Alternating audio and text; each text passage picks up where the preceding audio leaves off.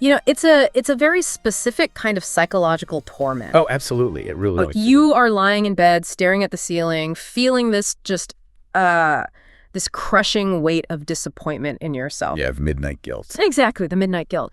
And right there in the dark, you make this vow. You tell yourself, that is it. Tomorrow, I am done. Tomorrow will absolutely be different. And you mean it too. You mean it with every single fiber of your being. But then tomorrow rolls around. Right. Right. The evening hits, the clock strikes 6, and somehow, almost like you're on autopilot, you find yourself standing in the kitchen, pouring the exact same drink you furiously swore off just hours ago. It's so incredibly common. It is. So we are taking a hard look at the machinery of that specific loop today. Like, what is the actual psychological mechanism behind that I'll quit tomorrow cycle? It's a great question. And to figure that out, we are pulling from a really fascinating piece of source material. It's by an author named Susan, published by Live Better Sober. Yeah, her background is so compelling. It really is. She spent 20 years trapped in that exact nightly loop. And she has now been sober for almost 30 years. So she brings this incredible on-the-ground credibility to the table. She definitely knows what she's talking about from the inside out. Right. So we're going to deconstruct the emotional wiring that keeps us stuck, decode the neurochemistry of that evening routine, and look at the real mechanics of actually breaking the cycle, all without the usual shame attached to it.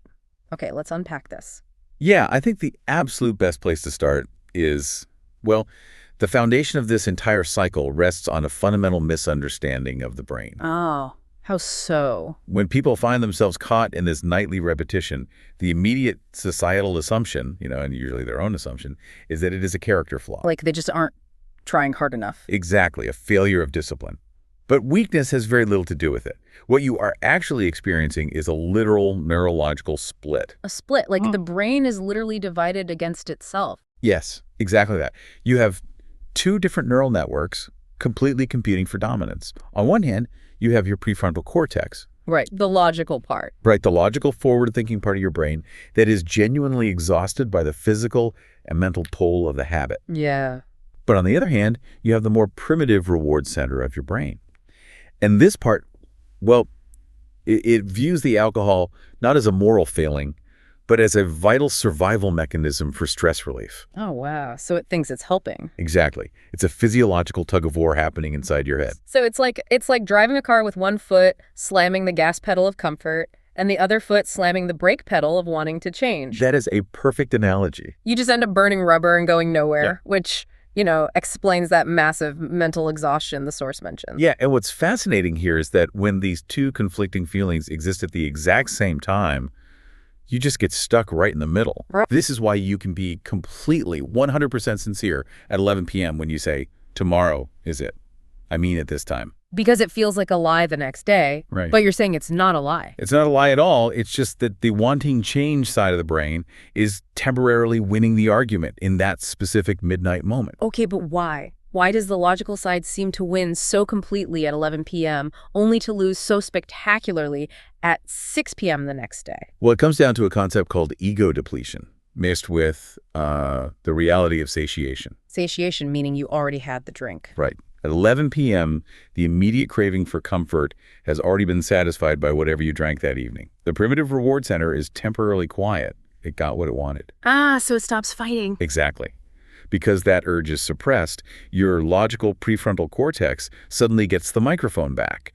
It surveys all the damage, feels the fatigue, and screams for change. You are entirely sincere in that moment because the part of your brain that wants the alcohol is essentially asleep. You nailed it. But by the next evening, the alcohol has cleared your system, the stress of the workday has accumulated, and your cognitive resources, your willpower, well, they are depleted from making decisions all day long. So the prefrontal cortex is exhausted by the time you get home. Yes. The logical side is drained, and the primitive brain just grabs the microphone right back. That makes so much sense. It's a literal shift in which part of the divided brain is dominating the internal conversation just based on the time of day and your energy levels. Precisely. And because that internal tug of war is so incredibly draining, like constantly battling your own impulses, your brain desperately needs a way to relieve the pressure, right? It needs a pressure release valve. Right. And according to Susan's text, that release valve is the word tomorrow. Yes, tomorrow is arguably the most powerful anesthetic the human brain has ever invented. That's a wild way to put it. An anesthetic. It really is. Susan breaks down why this specific promise is so incredibly powerful and dangerous. Promising to quit tomorrow instantly resolves what we call cognitive dissonance. And cognitive dissonance, just to clarify for everyone, is that uncomfortable psychological tension you feel when your actions don't line up with your values. Exactly. Your brain absolutely hates that tension. It wants it gone immediately. It's so uncomfortable. It is. So by saying, I will quit tomorrow, you create immediate emotional distance from the problem. So wait, the promise itself is actually a coping mechanism? Like, we aren't actually making a plan for the future, we're just self-soothing in the present. We are absolutely self-soothing. The promise calms your immediate anxiety and guilt because it tricks the brain into feeling like it's taking the issue seriously.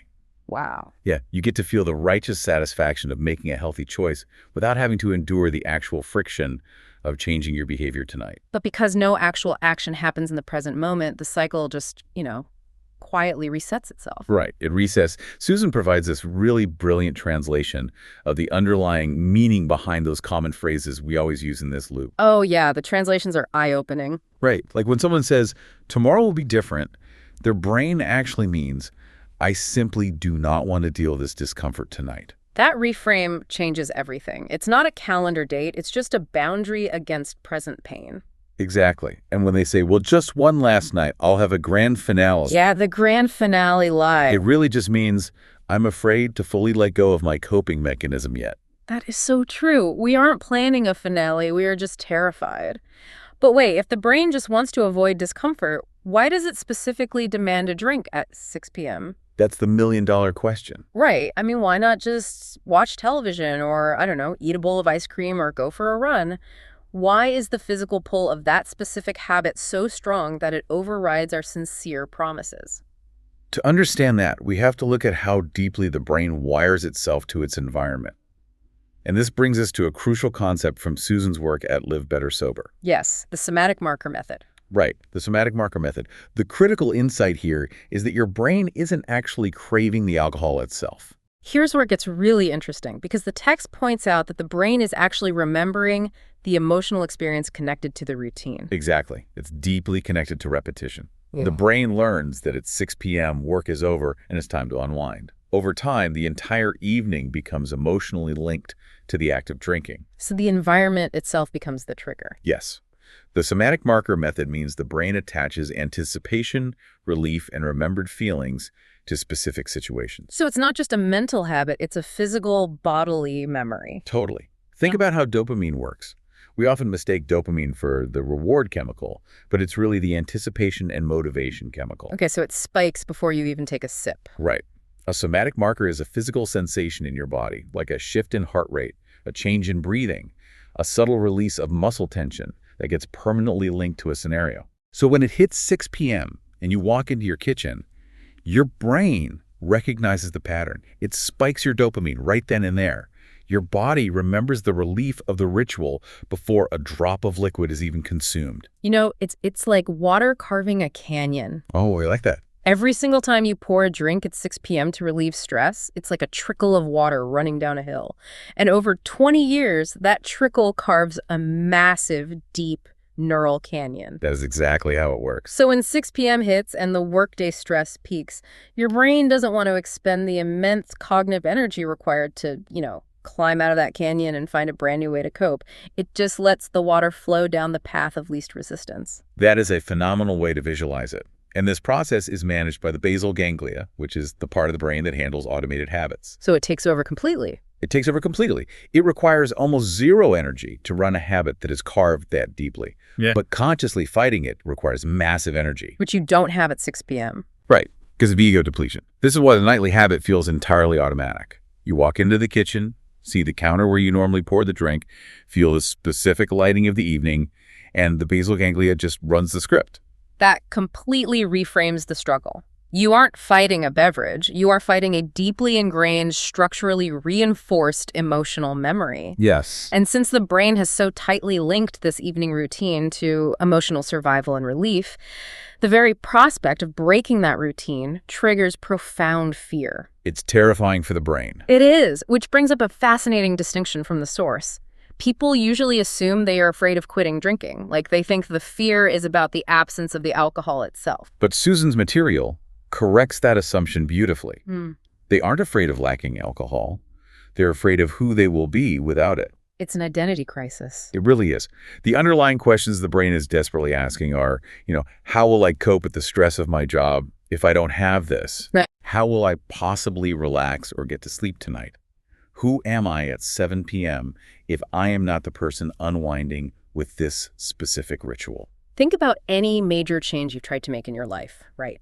You delay starting a new budget until Monday because you're afraid of the restriction. Oh, totally. Or you wait until after the holidays to have a difficult conversation. Your brain is just trying to protect you from the discomfort of the unknown. Yes, and that fear creates hesitation. And hesitation creates delay. The brain constantly searches for a better time to change because the change itself feels so incredibly uncomfortable right now. Exactly. It's a protective reflex. But, when you lay out all the mechanics like that, the depleted prefrontal cortex, the dopamine anticipation spikes, the deeply carved neural canyons, it sounds incredibly bleak. It does sound like a trap. Yeah, it sounds like this inescapable loop. Hmm. But reading through Susan's text, there's actually a massive silver lining in all of this repetition, isn't there? There really is. If we connect this to the bigger picture, the mental back and forth, that exhausting nightly negotiation, is actually a sign of emotional awakening. Wait, really? The conflict is a good thing. Yes. Susan points out that if you keep repeating this promise, it does not mean you secretly want to stay stuck forever. Think about people who truly have no concern about their habits. Right, they aren't losing sleep over it. Exactly. They don't spend time wrestling with it every night. The fact that you feel that friction, that cognitive dissonance, is a vital signal. So the exhaustion is actually the cure. Yes. The source explains that eventually the mental negotiation becomes heavier and more exhausting than the habit itself. Wow, so you just get tired of your own excuses. Right. Real change begins when a person gets more tired of the internal argument than they are afraid of the change. Awareness is the crucial first stage. Okay, so what does this all mean for the listener? Awareness is great, hitting that tipping point is great, but how do we translate that awareness into action before the automatic routine takes over again tonight? That is the most important step. If you catch yourself starting that "I'll quit tomorrow" conversation tonight, you have to interrupt the pattern before the first drink. But how? If we were talking about a 20-year neural canyon, how does a simple trick stop that momentum? Because you do not need to solve your entire future tonight. You only need to change this one evening moment. Susan's specific advice is about creating a small interruption to re-engage the thinking brain. So undepleting the prefrontal cortex. More like just waking it back up. The goal is a small pattern interrupt. This could be physically leaving the room, stepping outside for 10 minutes, or drinking a large glass of water first. Oh, so just delaying the autopilot script. Precisely. When you walk into your kitchen at 6 p.m., your basal ganglia expects the sequence. Open cabinet, pour drink, feel relief. If you interrupt that physical sequence by turning around and walking out the front door for 10 minutes, you are structurally preventing the script from executing. You're forcing a system error in the routine. Yes. And in that 10-minute window of delay, the automaticity is broken. The craving might spike, sure, but you are buying time for your rational brain to come back online. That makes total sense. The goal isn't perfection, it's just inserting a tiny pause into an automatic sequence to change the direction of the night. Right. You aren't curing a 20-year habit in 10 minutes. You are just refusing to let the water flow down the canyon for one single evening. You force the water to pool at the top of the hill just long enough to consciously decide where it should go next. Exactly. This has been such a revealing deconstruction of how our minds work. So just to summarize the key takeaways for you listening, the "I'll quit tomorrow" loop isn't a sign of weakness. Not at all. It's a literal battle between a brain that wants change and a brain that desperately wants the emotional relief of a familiar routine. Right. And by recognizing tomorrow as just an emotional shield and learning to just pause the automatic routine tonight, even just for 10 minutes, you can finally break the cycle.